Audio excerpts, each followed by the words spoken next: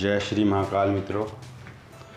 गजाननं भूतगणाधिसेवितं कपीतजम्बूफलचारुभक्षणं उमासुतं शोकविनाशकारकं नमामि विघ्नेश्वरपादपङ्कजं। मनोजों मारुतुल्यवेगं जितेन्द्रियं बुद्धिमतावरिष्ठं वाताजनं मानयूथमुखं श्रीरामदूतं शीर्षा नमामि।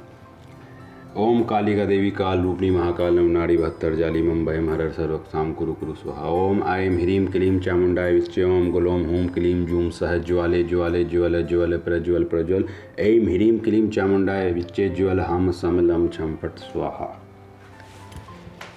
मित्रों, आज हम आपको एक प्रेत साधना की जानकारी के बारे में बताएंगे। उससे पहले मैं आप लोगों को यह बता देना चाहता हूँ कि जब भी हम कोई साधना करते हैं और अगर उसमें हमें असफलता प्राप्त होती है तो आप बिल्कुल भी विचलित ना हो, क्योंकि बहुत सी परीक्षा ऐसी होती हैं जिसमें आप एक बार सफल नहीं हो पाते। मान लीजिए आप 9th या 10th क्लास में कभी फेल हुए हों, तो इसका मतलब ये तो नहीं है कि आप आगे पढ़ाई जारी नहीं रखेंगे, शुरू ही नहीं करेंगे। आपको थोड़ी ज़्यादा मेहनत करनी पड़ेगी। तो मेरे कहने का तात्पर्य यही है कि अगर आप किसी साधना में एक बार असफल हो जाते हैं तो उसको दोबारा करिए। दोबारा भी असफल होते हैं तो तीसरी बार प्रयास करिए। ऐसे लगातार प्रयास करने के कारण आपकी वह साधना ज़रूरी सफल होगी, इसमें कोई भी संदेह नहीं है। तो आइए जानते हैं इस प्रेत सिद्धि के बारे में। यह साधना अत्यंत प्राचीन और दुर्लभ है। यह साधना गोस्वामी तुलसीदास जी को भी सिद्ध थी। इसी साधना में उन्होंने एक प्रेत को सिद्ध किया था और उसके माध्यम से आगे बहुत सी सिद्धियां प्राप्त की थी। देवी देवताओं के दर्शन भी उन्होंने इस साधना के द्वारा किए थे। वास्तव में यह इतर योनियां तभी बनती हैं जब परिवार वाले मृतक को पूर्ण संस्कार नहीं करते अथवा उनकी किसी घटना में अकाल मृत्यु हो जाती है। आप यह साधना किसी भी अमावस्या, दीपावली या दशहरे की रात्रि को कर सकते हैं।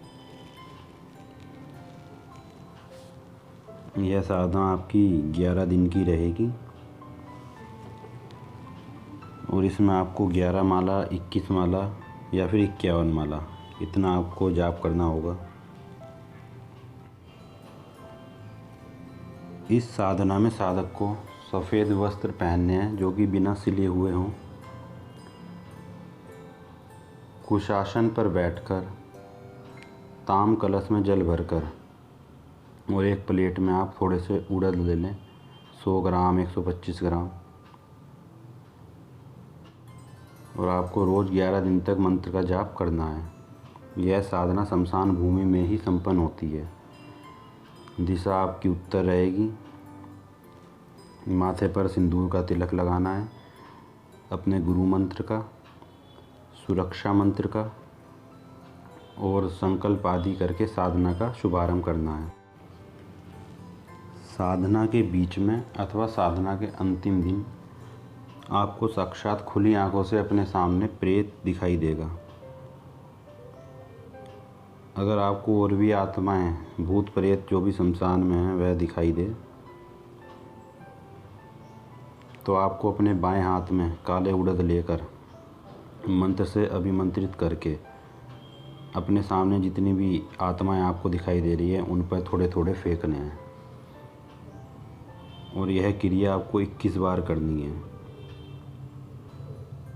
ऐसा करने से जो भी आपके सामने आपको आत्माएं, भूत प्रेत जो दिखाई दे रहे हैं वह धीरे धीरे अदृश्य होने शुरू हो जाएंगे, अर्थात गायब हो जाएंगे। तब साधक को समझना चाहिए कि उसको यह प्रेत सिद्धि हो गई है। जब भी आप उस प्रेत को बुलाने का मंत्र पढ़ेंगे वह आपके सामने आ जाएगा और जो भी आपके अच्छे बुरे कर्म हैं वह सब करेगा। इसका मंत्र इस प्रकार है। ओम ह्रोम क्रोम ओम कुम फट फट स्वाहा भूत प्रेत भूतनी प्रेतनी आगच्छ आगच्छ स्वाहा। इस मंत्र की आपको 11 माला, 21 माला या 51 माला करनी है।